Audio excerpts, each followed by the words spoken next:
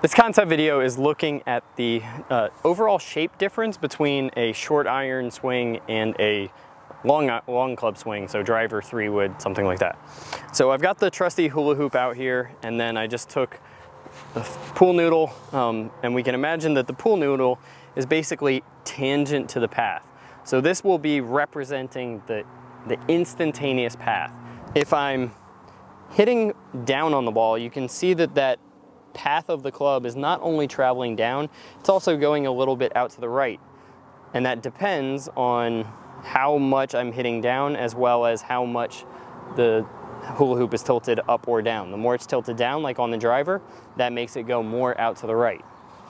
The opposite, if I was to hit up on it, like with the driver, you can see that that path is not only going up, it's going to the left. So to get a driver path that is pretty straight, I need to swing a little bit more into out or shallow. To get an iron path where I'm hitting down on it to be straight, I need to have a little bit more outside in. Now the other thing that compounds this just a little bit is the shape of the circle from the face-on view. With the driver and the long club, we're going to tend to have a little bit more of a look of a squished circle, kind of like this. So if the ball position is right about there, I'm going to squish it down kind of like that and swing a little bit more into out in order to get that path pretty close to straight. Now if this was a iron swing, I'm going to hit a little bit more down on it, and the swing shape is going to be more kind of circular.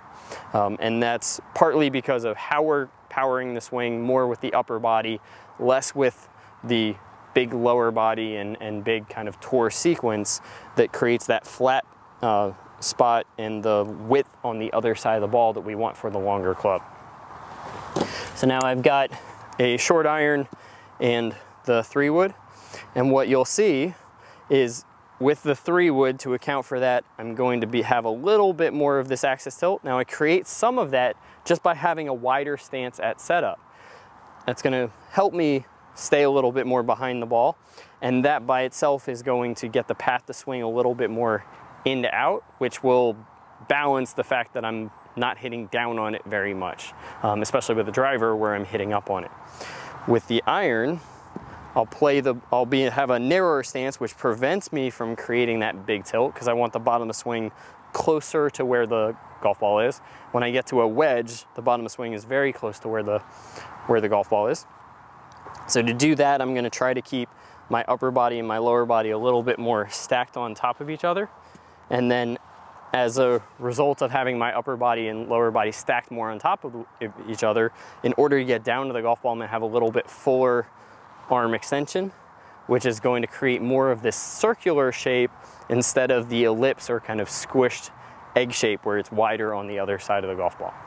So the differences are with the short iron, it's going to be a little bit more cast and slightly more outside in, but that primarily comes from having the upper body power more of the swing and your body being more stacked. With the driver, it's going to be a little bit flatter and wider or shallower, and that's going to come from having a wider stance and a little bit more of that Jackson 5 or a little bit more of that bracing pattern. So if you struggle with one end of the spectrum, either hitting the short iron or the long club, there's a good chance that your overall pattern and the overall shape matches better the other end, and you want to work on how you can make simple adjustments to change the shape to fit the club that you're actually swinging. So with the iron, you'll see I can still draw the ball hitting down and a little bit, a slight pull, but a little bit of draw, staying more tall and hitting down.